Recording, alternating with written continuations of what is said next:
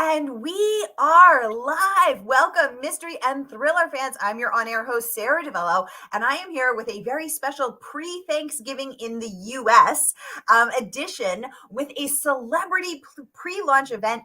Anthony Horowitz, New York Times bestselling author and gentleman extraordinaire, is joining us live from London to give us the inside scoop on his brand new red-hot book, Twist of a Knife. Anthony, welcome back to Mystery and Thriller Mavens. It's lovely to be talking to you again, Sarah, and my apologies for being a little bit late. This is not being celebrity or anything. It is just that I've had terrible internet problems tonight. I'm talking to you from Orford, which is on the east coast of England. The weather here has been like a force 8 gale. We've had so many computer and internet problems today that I was frightened. I was just bashing away at my computer, trying to connect with you and feeling like murder was about to happen. So again, my apologies. Do you think that there's a chance that this could be taking a scene in your next book? You're desperately trying to log on. Well, funnily enough, I've written loads of books here in this house in Suffolk. It's just a little tiny place on the river, and it is the most wonderfully inspiring place for this sort of book. Wonderful. Well, Anthony, we are live. We are going live to 6 different destinations. We have oodles of people joining us on everywhere across the internet, from Facebook and YouTube. Welcome, everyone. We're so happy you're here. If you've been here before, you know the drill. And if you're new, welcome. We're so happy to have you. Here's the drill. Every Monday for #Mystery Monday, because Mondays can be murder, I give you my hand-picked featured authors, and you get to ask them anything. So ask Anthony about the twist of a knife. Ask him about his bumbling character, Anthony Horowitz. Ask him about this Hawthorne character. Ask him how he stays motivated. So many theater questions. We got a lot to talk about, and it's all going down right here. If you have any questions for Anthony, get them going in the comments. I'll get them right over to him. And Anthony, meanwhile, I'll kick off with some of my own. So tell us about the twist of a knife, your Horowitz-Hawthorne pairing extraordinaire. Well, I think Hawthorne would say it was a Hawthorne Horowitz rather than Horowitz Hawthorne, because he's the detective and I am merely the sidekick. I am the sort of, Watson to his Holmes. But in this book, it's a little bit different, because as well as being the sidekick, which I've been in the 3 books before it, the word is murder, and then the sentence is death, and then a line to kill. In this book, as well as being the sort of the sidekick, I am also the number 1 suspect. The story begins with a play of mine being performed in a theatre in the West End of London. The play is called Mind Game. And I should tell you at once, Sarah, that this is all 100% true. I did write a play called Mind Game. It was performed at the Vaudeville Theatre in the West End of London. And I'm afraid to say it did not get the best of reviews either. You could say it divided the critics half and half. Half of them hated it and half of them loathed it. And that's what happens in this play. But I get a particularly bad review in this book, I should say. That's what happens. And the one particularly bad review comes from a writer called Harriet Throsby, who writes the most horrible piece about me. And the next day, she is found murdered with a knife in her chest. The knife belongs to me, and it has my fingerprint on it, a hair from my head on her body, and so I become the main suspect, and the only person who can save me is Hawthorne. But the 2 of us have fallen out, and I wonder if he'll even answer the phone call. So that is the premise of the book, and that is where we are now. Well, Anthony, you hooked us good.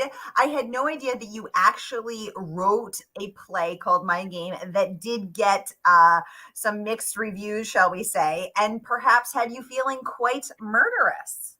Well, no, I wouldn't say I was murderous. The funny thing about my life is this: people have said to me, is this a book that is hostile to critics? Is it your revenge on critics? Is it fun murdering a critic? But the funny thing is that I've had great reviews in my life. I've had less great reviews, and the truth is that reviewers are writers just like me. They are doing a job just like me, and I don't have any animus against them, even when I find myself at the sharp end of their comments. In fact, I'll be honest with you, the only reviews I read these days, especially for books, are the ones sent to me by my publishers, and they only send me the good ones. Well, I think that is wise of them to only send you the good ones. Best for Anthony Horowitz not to be feeling murderous. Best for him not to be in a murderous rage, armed with a dagger, bearing a Celtic knot that's quite... I am a very calm person. A very calm person. Well, I love it. Christine, welcome to the conversation. She said, "Oh my God, this sounds fabulous." Yes, Christine, it is fabulous. All of Anthony's books. What I love about Anthony's books, so his play in the book, Mind Game, which I've just learned was an actual play that he wrote, is a quote, thriller comedy. And I think it's fair to say that, Anthony, you write thriller comedies. I found myself, as I always do, laughing out loud as I read the book. Most recently in the scene where your character, yourself, Anthony Horowitz, is watching TV with his wife, trying not to let her know that he's a suspect in the Crosby murder. Well, And they're watching Game of Thrones, which, as you said, you're so distraught about the murder, you can't even lose yourself in the gratuitous dismemberment and sex. And I laughed out loud. Well, first of all, can I just say thank you to Christine for her nice comment, and of course to you too, Sarah. You know, I think that the humor in the books is part of the is I think the sort of it's what's making these books so popular, because I am trying to write whodunits that are as clever and as twisty as the great writers like Agatha Christie, whom of course I revere, and Dorothy L. Sayers and Ellery Queen, and all the sort of, you know, the murder mystery writers that I've read since I was a boy. But I'm doing it in a different way, because I think that the characters, the two characters, myself and this really not terribly nice detective, are quite fun to be with. And the relationship between us and the banter, and particularly Hawthorne. I don't do banter, I'm just a sidekick. But Hawthorne sort of does have quite a sort of an acerbic tongue. And I think that the relationship between us, which is a fond one, you know, we are becoming more and more friendly as the books go on. And I think that's what readers are enjoying, as well as the sort of the surprise ending and you know, the identity of the killer and all that. I agree. Because I think at the baseline, everybody loves to laugh. Who doesn't love to laugh? So Well, to be honest with you, we need to look at the world around us at the moment and all the things that are happening. You know, I think that especially as winter draws in and it gets colder and the nights are darker, and we look at what's happening in the news all over the world, the temptation to get into bed with a fire blazing and a really good murder mystery is a very strong, you know, it's overwhelming. It's all I want to do when it gets to about 10 o'clock at night. But also, if there's some humor in there and some fun, I think that's also very much what we need right now. Exactly. And actually, so it's going to be Thanksgiving here on Thursday. So I'm with my family here in Philadelphia. And last night I was sitting and reading in front of a roaring fire with my aunt. We were both reading murder mysteries. I was, of course, reading The Twist of a Knife. And I found myself thinking, I've got my cup of tea, a roaring fire. This is my ideal night. This is just absolutely perfect. It is perfection. I agree. And I want to just say, since you mentioned it, but on the 24th, I am myself cooking a turkey. I have 2 American visitors coming over. I've managed to find a turkey, not easy in England at the moment, because all the turkeys are very hard to get. And I'm even going to do try my hand at a pumpkin pie without the strychnine. Wow. Wow. Anthony, I didn't know you were a chef as well. I'm not a great chef, but I do have a few recipes. And fortunately, turkey is one of them. Wow, that's so great to know. Now, Anthony, actually, okay, we have so many things. Okay, I can't wait to get to all these fabulous comments. Thank you so much. So we have a mystery user saying that they love that you pull so much from your own life. So tell us about that. Do you play the piano? Is that what your flat looks like in London? I have actually sold that flat now. The flat that's described, which was in Clerkenwell in the centre of the town, the book is set a few years ago, so I was living there at the time. The piano was very much there, and everything is very much as described. Because, you know, this whole idea of these books is that you know, putting myself in the books was not sort of part of a look at me sort of thing, or aren't I clever? It was all about the idea of twisting the whodunit on its head, because normally the writer is the cleverest person in the book. After all, the writer, the author, knows who commits the murder long before the murder is committed, because it's all planned in the writer's head. But if you're the sidekick, you're the stupidest person in the book. You know nothing at all. And I sort of thought that was quite an interesting thing to do, to write from the perspective of being not very clever. And in fact, if I got involved in a real murder mystery, I would be the last person to guess it, I can promise you. But yeah, it is very much my world. It is my life. A lot of people ask me about Jill, the character who is my wife. Yeah. She is very much my wife. And it's funny, when the book came out in England, a lot of interviewers to me said, you know, we just don't believe that if you were accused of murder, you would not tell your wife. And I said, oh my God, she is the last person I'd tell. She would be so annoyed. You know, Jill and I have been married for 37 years now. We are, you know, we're very, very happy together. But boy, I do not bring her problems. Like, excuse me, dear, are you busy producing my next film? Well, sorry to interrupt you. My wife is a producer, by the way, a film and TV producer. Sorry to interrupt you on set, but I've just been arrested. Oh, no, I would never charm. So you know what? I'm so glad you said that, because I was wondering, because in the book, Anthony Horowitz is arrested for murder. He has to sleep on this filthy mattress, a foul-smelling pillow, a plastic sheet. He's processed in, which was very specific. And I noticed in your acknowledgments that you shared that someone, a detective, had helped you to make that very realistic. And I thought to myself, is it possible that Anthony Horowitz would not tell his wife Jill? And now we know that is true. That is absolutely true. And incidentally, the description to the prisons, I do know very well, because for many years, I used to do prison visits. I used to go and talk to young people, particularly young people who were in jail for a very long period of time. So in other words, young people who had committed murder or the most serious crimes. And I would go in there to try and, just to talk books and literacy and reading with them, because there's not a lot to do in prison. And one thing you can do is go to the library and get a book out. So I was working there, and I did see inside prisons, and so have a good sort of knowledge of what those places are like. Fortunately, I've never been in one for longer than just a visit. Very good to know. Thank you for all of this background information. I absolutely love it. And we have another mystery user saying that they are listening to the new novel now. Excellent. I love audiobooks. Colleen C, welcome. Oh, Anthony, did you have something to say about that? I was going to say, if you're listening to them, I'm very, very lucky because I have Rory Kinnear in England who narrates them. And I think he does an absolutely wonderful job. And I'm so blessed to have such a talented actor who has now done 4 of my books and hopefully will do the next 8, because you're hearing it here first. That's how many I'm planning, 12 in total. And wow, first of all, thank you for telling us here first. I love when people tell us secrets. Why 12, Anthony? What's the magic number of 12? I just like the number. It feels like a good round number. And having done 4, I'm beginning in the books to drop clues about who Hawthorne is, what made him such a difficult human being. There's something that happened to him when he was a child in a place called Reeth in Yorkshire. And in this new book, we meet his sort of his adoptive brother, and we hear about a company that he works for. And there are all sorts of clues about his life that are being laid in. And I'm looking at how many more books I've got until I reveal the secret of what happened to him to make him such a damaged human being. And I reckon there's another 8 approximately to go. Ooh, very cool. Thank you for that inside scoop. I love it. And I can't wait for the next 8. Colleen C, welcome to the conversation, joining us from YouTube. She says, hi, Anthony. I love your work so much. Congratulations on the TV version of Magpie Murders, by the way. She'd like to know what gave you the idea to make yourself a character in the series. Well, I think I'm on to that last part of this already, Colin. As I said, it was just writing a murder mystery from the perspective of the most stupid person rather than the most clever person. Being inside, and the fun of it is that if Hawthorne doesn't solve the mystery, I don't have a book. And that really changed my relationship with him. I'm 5 steps behind him. I never know what he's thinking. I don't know who the lead suspect is. And I'm sort of saying, look, we've got to get on with it. We've done 200 pages. You've got to find out who did it now, because I need to finish this book and get on with the next one. So it just changes the perspective. And thank you for saying you enjoyed Magpie Murders. It was a labor of love. My wife, Jill Green, the one to whom I would never say I had committed a murder or been arrested for one, was the producer of that show. It finished on PBS just yesterday, I believe. So it's had a 6-week run. And it's been very, very popular. I've been looking on Twitter and getting some lovely comments from America. And we're hoping to do the sequel of Magpie Murders, Moonflower Murders, also with Leslie Manville in the lead. And we hope to start shooting that next year. Oh, Anthony, how wonderful. Congratulations. That's so fabulous. And Colleen, thank you for joining us. I love your little profile picture of you. With a book. Lovely.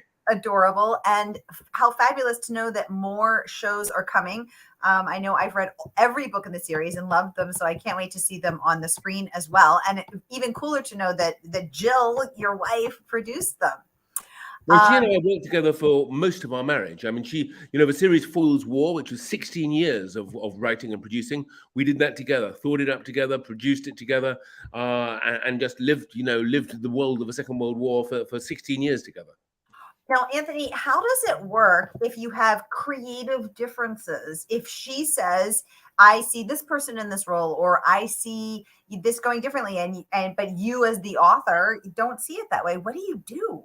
Sarah, I've learned one thing in my long life, which is that Jill is much, much cleverer than me. And if she says something is wrong or she wants a certain thing done, yeah, I might argue with her. But at the end of the day, I nearly always cave in because she knows best. When we were doing Magpie Murders, she had an idea for the script. And if I had listened to her in the first place, I'd have saved myself 4 or 5 months of trying to get this script to work. But she knew immediately how to do it right. And I should just listen to her. She's marvelous. She's just she's so clever. Occasionally we do talks together, when you should get her on a Zoom one day, because she knows so much about the world of film and TV and murder mystery and everything else. She's very, very smart. I'm a lucky man. Oh, well, first of all, kudos to you for realizing this womanly superiority early on. And second of all, I would love to have you both and to hear how you work together. That sounds fabulous. Well, I used to say that when we were doing Foyle's War, Second World War drama for all those years, some couples would argue in the evening about whose turn it was to wash up. We'd argue about how many Spitfires I was allowed to shoot down. She'd say, the production can't afford 3 Spitfires, Anthony, make it just 1. And we'd talk. That was what we'd argue about. But it's lovely to have somebody to whom I'm so close and who I trust so much working with all the time. It makes life very, very enjoyable. Oh, I love that. I love that. Now, Anthony, this book centers on this scathing, cutting, personal review from this malcontent, ornery critic who then turns up mysteriously murdered. But fortunately, Anthony, the book itself is earning rave reviews. So let's take a peek at some of those. So let's kick off first. I'm going to pop these up on the screen so we can all read them together. Booklist is raves that Horowitz is a master of misdirection. And his brilliant self-portrayal, wittily self-deprecating, carries the reader through a jolly satire on the publishing world. So first of all, congratulations on this rave review. Let's talk about the art of misdirection, because when you're a reader, you have to trust the author. You don't want to feel duped. You don't want to feel tricked. And you don't want to, as a writer, you don't want to treat the reader unfairly, but you do want the thrill of the chase. So how do you balance that? How do you become a master of misdirection? Well, Sarah, it's a wonderful question. And thank you for putting your finger on the most important thing for me, which is that when I write one of my murder mysteries, every single clue has to be in plain sight. When you get to the end of the book, the first thing that matters to me is that when the killer's identity is revealed, you shouldn't feel cheated. You should feel that you had all the information in front of you. But the secret of questioning, the big question is how do you present that information in a way that the reader does not realize that that is what matters? And so there are many ways of doing that. One of them is that I use the sidekick, in this case myself, always to look in the wrong direction. So if there are 2 things on the table, here I have a bottle of vinegar and I have a little fish full of pepper, then my character will be asking all about the vinegar in the bottle, but might only just mention the pepper, and that's where the poison is. It's in there, not in there. So it's always misdirection. It's always pointing at the thing that matters less and trying to avoid the thing that matters most. And it's also about sort of making sure that the clues only make sense if seen from a certain direction. I mean, it's all about, there's a sort of a magic involved in it. That's something, it's like those silhouettes games you used to get sometimes, where you can do a sort of a thing with your hands and the shadow suddenly forms an animal. That's in a sense what I'm doing with the book. The clues are there, but it's only when you turn them to the light in a certain way that they come together and they form the solution to the murder mystery. So that's some of the way of doing it. It's about all the things that I've loved in life since I was a little boy: magic and illusion and secret passages and tricks of one sort or another all come together. I mean, sleight of hand is one of my favorite things in the world. And when I'm writing a murder mystery book, I'm trying to see if there's a coin around here to illustrate this with. But when I'm writing a murder mystery book, and I haven't got one, I can. It's just I wrote an episode of Fool's War called The French Drop, and I'm looking for a coin to show you the French Drop, where you seem to play something in that hand, but in fact it's in this hand. You're doing the same thing in a book. It's fascinating, Anthony, because what you said about the clues when you look back at them are in plain sight, because I have read now all 4 of the Hawthorne and Horowitz, or Horowitz and Hawthorne, however you want to say, series. I'm a huge fan of them. They're so they're so magical together.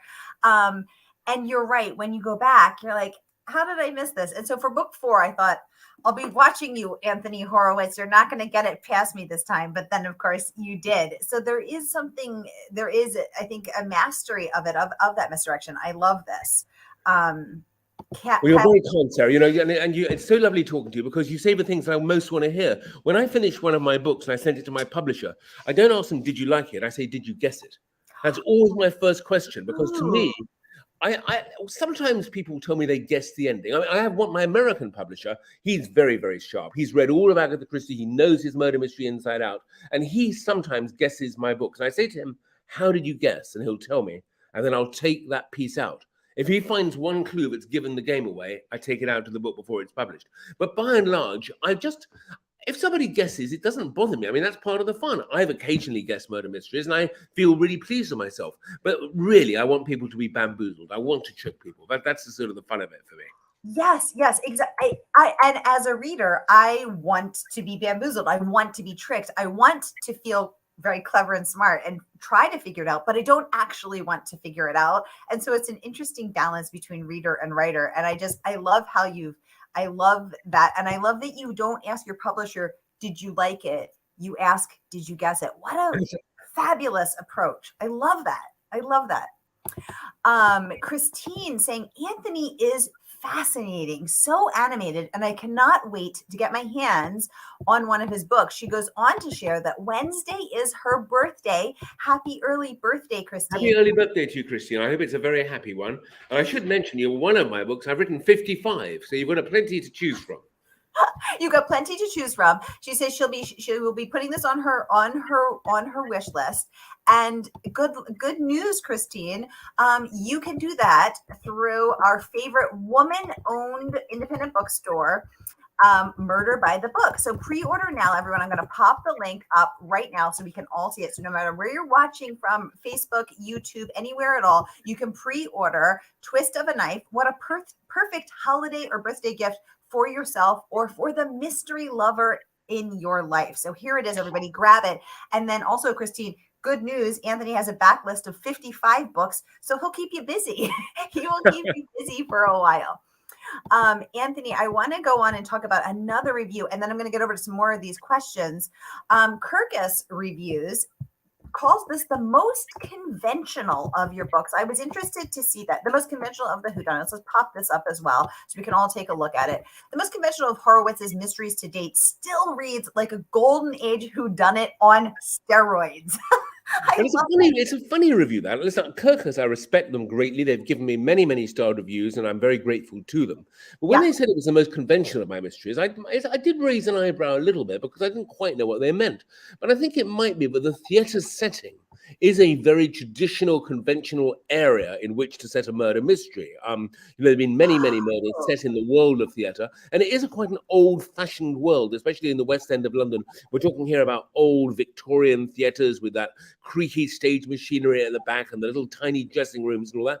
So it's a reasonable comment. But the point is that they liked it. Now, I think you'll find that when the soft cover comes out next year, it might well have on the back of it a golden age whodunit on steroids rather than the most conventional of my mysteries. Yeah, I also was interested by that. Of course, all the props to Queen Kirkus, but I thought to myself, I don't really think it didn't feel especially conventional to me. It's got that fabulous sort of jolly, jovial. You're going to have an adventure. You're going to feel safe within these pages. There's not going to be any gratuitous gore, violence. It's got that classic Horowitz, but it's so fun to read. So I was very interested in that as well. Ashley, welcome to the conversation. She said, I've caught on to the misdirection, and I am hoping I guess this one before the end. Ashley, let us know if you do, okay? Report back. She says she has a birthday next Tuesday. Happy birthday, Ashley. It's another birthday. How lovely. And Ashley, sounds like it would be a good gift for yourself. Here's the link as well. And I just want to say to Ashley and Stanley that you can find me on Twitter very easily, and if you do guess it, do let me know. As I say, it's the first thing I want to know. Ooh, yes. Let us all know. So all the conversation continues over in Mystery and Thriller Maven. So we all start reading them together, and then we finish the conversation over in Mystery and Thriller Mavens, where we dish all the dirt, spill the tea. So everybody, it's free and open to all. Come on over and join us in Mystery and Thriller Mavens. And you have Anthony's personal invitation to I should go to you now, Sarah. Now that I've got that address, I should come to you rather than having to go to Twitter. That's a much better place to pick up comments. Who knows if Twitter will even be here next week anyway. Okay. Fabulous. I love it. I want to get over now to Krishna. Welcome to the conversation. I love your little dog, Krishna. Anthony's character, Anthony, has a dog as well in the book. She would like to know, of all your series, is there a particular one that you love? Oh, Krishna, that is a difficult question to ask. It's like asking me which is my favorite child. Yeah, but we all know you must have a favorite child. So I think that the Hawthorne series is shaping up to be my most successful series yet. It's really breaking out and people are loving it. So I have a great fondness for it. But I will answer your question honestly and say that the real love of my life in my writing is a series of children's books about a teenage spy called Alex Rider. I've written 14 of those books. I finished the 14th book today, as a matter of fact. I was working on it this afternoon, and I finished it just about about a couple of hours ago. And in fact, I will shortly be having a celebratory glass of wine with my wife because it's a big deal to finish a book. The reason I love those books is that I'm told that a great many young people have discovered the love of reading because of Alex Rider. They've come to those books, and the adventure and the fast pace have got them into the world of literature. And I do have this belief that one of the most important things in the world right now is to share books, to share literacy, to tell stories, to read fiction, because fiction is what brings us all together. In a world in which we are ever more separate and apart, fiction, it tells us where we've come from, how people think, where they've come from, and brings us together in a very special way. So to introduce young people, and also for that matter, where will we be if we don't have new readers coming in to buy books from the independent bookstores, to go to libraries, to enjoy books, to come to talks like this one? If we don't encourage them young, it'll die out. So Alex Rider is very close to my heart as a series of books because it has brought kids into reading. I love that, Anthony. I totally agree. And it's interesting because in Twist of a Knife, we see reference to the Alex Rider series when Anthony is arrested even, and the police officer says, "Oh, my son is a huge fan. You got him reading through the Alex Rider." And it's so lovely to see that. And that in another of the books, I think it was the one before it, A Line to Kill, there was a character who kept every single character in the book got the name of the character wrong. He said, "I love your Alec Rider." Or I've read all your Alice Rider and Zach Rider and Alan Rider. And I kept on saying, no, it's Alex Rider, Alex Rider. So again, I am gently teasing myself in these books. And but these things happen. People get the names wrong. And it is true. But I get a lot of people saying to me that their kids love Alex Rider. Always happy to hear it, of course. And you know what? It actually does give me hope for the world because there is a resurgence in reading, and there is, reading is becoming fashionable, and I see that uptick in reading, and it's really lovely to see. And I love what you said about, in a world that's increasingly divided, books and reading bring us together, and that's what's brought us all here together today: the love of reading and the love of reading mysteries. So thank you for that, Anthony. Krishna is saying she loves Alex. Oh, there you are, then. So I was preaching to the converted, but that's lovely to hear that, Krishna. I'm so happy to hear it. The Alex books are for kids mainly, but what's interesting about them also is that I wrote them so long ago, but the kids who read them age 10 and 12 are now 20 and 22 and even 30 and 32. So one of the reasons I write these adult novels is to sort of continue writing for the same audience. I don't want to let them go. If you read me when you were a kid, now you can read me as an adult, I want to say. So that's one of the reasons I do these murder mysteries. Oh, I didn't know that. How fabulous. Colleen says Rory Kinnear is incredible as the narrator. She's listened to the whole series and he's outstanding. Anthony, do you get to choose the voice or do they choose it for you? They chose it, but as soon as I heard it was Rory, I was sold. Because first of all, in setting, his father was a very, very famous actor, and I actually wrote for him in one of the movies I wrote. So his father, Roy Kinnear, was a great hero of mine. So to work with his son is a very special for me. Oh, I didn't know that. That's really very cool to know. Anthony, I want to get over to this other review. I'm going to pull it up here so we can all take a peek at it. Publishers Weekly awarding you a starred review, which you have wholly earned, saying this humorous homage to Golden Age closed circle mysteries is not to be missed. So congratulations. Well, that was a lovely review as well, Sarah. As I say, my publishers do send me all the good ones. So these ones I have read, and that was very, very happy to hear that. And I'm glad again that they mentioned the humor in it, but the fact that these books do have a sense of humor and lots of jokes. So, Anthony, it's actually, I've learned from reading and also trying to write that it's not actually easy to be funny on the page or on the stage. Humor is freaking hard, actually. But you are funny. And like I said, I was sitting and reading with my family last night in front of the fire, and I would periodically laugh out loud, and they'd all turn to me and say, "What's so funny?" And I'd read them the passage, and we'd all laugh. What do you think the secret is to being funny, to making someone laugh out loud? So if I answer that question, I'm not sure I'd ever make anybody laugh again. It would be so sort of, giving away the secret of it all. I mean, is there a secret? I don't know. I think it's just Laughter in books is about surprise. It's about observation. It's about character. I think it's about everything, but that makes me want to write. I love the sort of idea of sort of the unexpected happening. You know, when a joke, there's always something unexpected. The oldest joke in the world is somebody slipping on a banana skin or falling down a manhole. And why do these things make us laugh? Because they're a surprise. They're unexpected, and that's what murder mysteries are all about. Are about exactly the same thing. So murder. I've never said that before. I've only just thought it up as I speak to you now. But it does seem to me there is a correlation between somebody being murdered and somebody slipping on a banana skin. These are both things that happen which you weren't expecting. I think I'd prefer the banana skin to the murder now I think about it, but apart from that, I love it. I love it. Patricia would like to know, is the book available on DVD?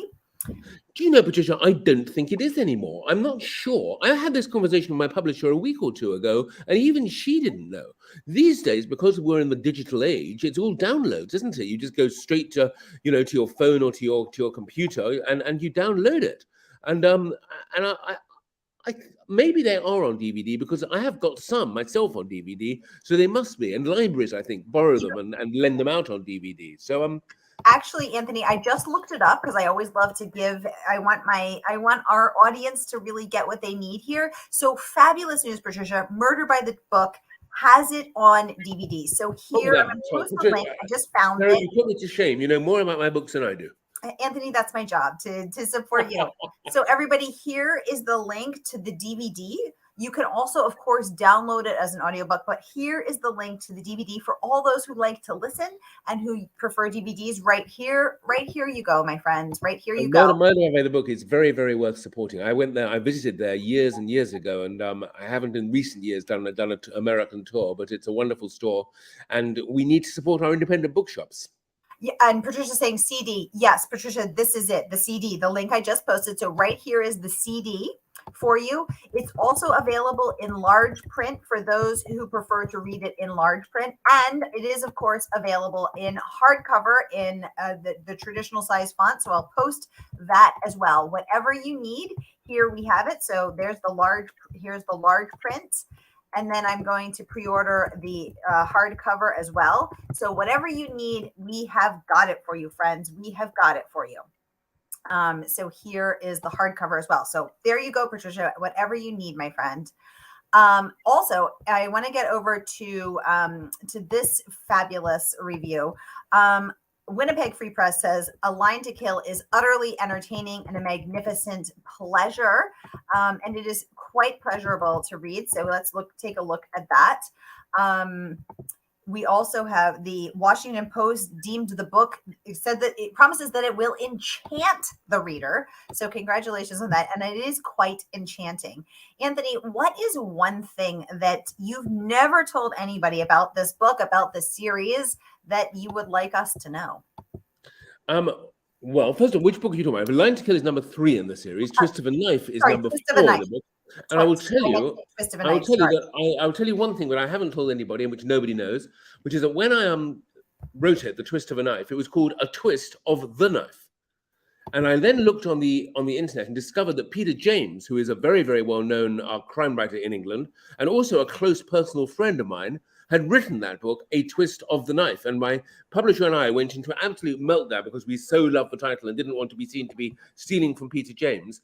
And so I then had the brilliant idea, well, okay, fine, we'll just change the 2 words around and make it The Twist of a Knife, to make it an original title. But I do notice that there is a rather devious character in Peter's new book, which was published a couple of weeks ago, called Anthony Horowitz. So I think he found out about this and he's taken his revenge. Oh my God, he's taking his revenge on the page. I have a feeling. So I haven't read the book yet. I'll let you know when I've read it. Now, Anthony, you've got to clap back to him. What you've got to say, you've got to come back something on the page now at Peter. I mean, you can't let him get away with that. The titles are hard work. I mean, the whole idea of this book series was they were all going to have titles to do with books because, they are all about a writer, me. And so the first book, a line, the word is murder. That's word. The second book, the sentence is death. The third book, A Line to Kill. But I've run out of book titles. And in fact, in this new 4th book, there is a whole section on how I can't think up any more titles, but have got, literary allusions in them. Book number 6 is going to be called The Killer Question. So that goes back to. Oh, I love that. I love that. A killer question. Yes, the killer question, unless somebody else has already done it. Okay, perfect. So that's book 6. Yes. And do you have a title for book number 5 yet? No, I don't have a title, but I have the plot. Ooh, Anthony. Okay, so you're dropping all sorts of gems today. So the killer question will be book number 6. You heard it here first, mystery and thriller fans. You heard it here first. You also, or let's take a look at this one. Booklist awarding you a starred review, raving Horowitz continues to delight in mixing real life. His own play, Mind Game, was staged in London, and fiction, as well as juxtaposing Horowitz as nebbish against the always 3 steps ahead Hawthorne. Not to worry, their relationship isn't over quite yet. There's much more to discover, and readers will be waiting eagerly for more from one of the best mystery writers around, awarding you again a starred review. The star reviews are just coming in left and right, Anthony, and you have earned them. Congratulations. The Wall Street Journal raving that you are gleefully witty. And Tom Nolan. Tom Nolan, and the Washington Post saying an adventure that will enchant mystery lovers, Anglophiles, and theater buffs. Anthony, you are a delight. Everybody, here again is the link to pre-order. So grab your copy now, and then let us know if you guessed it right over there in Mystery and Thriller Mavens. Anthony, anything else you want to share with us before we sign off? Only once again, my apologies for the slightly late start, again, which is unforgivable, but that is just my assistant Tess will be hitting me with a cricket bat tomorrow morning when she meets me, and to say that, you know, to wish everybody a happy holiday, really, because they are coming our way quite soon. Thanksgiving next week. Yeah, happy Thanksgiving. I hope your turkey is going to be as golden and as delicious as I hope mine will be. Oh, Anthony, you are a treasure. Thank you so much for joining us. And please come back next year. Sarah, I will always love talking to you. Come back next year for book number 5, as yet untitled, and book number 6, The Killer Question, which we have just learned right now. Everybody, thank you so much for joining us. I'll be back at the top of the hour with Asma Zahanet Khan and Blackwater Falls. In the meantime, we have Anthony Horowitz live from the UK giving us the inside scoop on the twist of the knife. Anthony, thank you so much. Thank you, Sarah. Thanks, everybody. Good night or good day.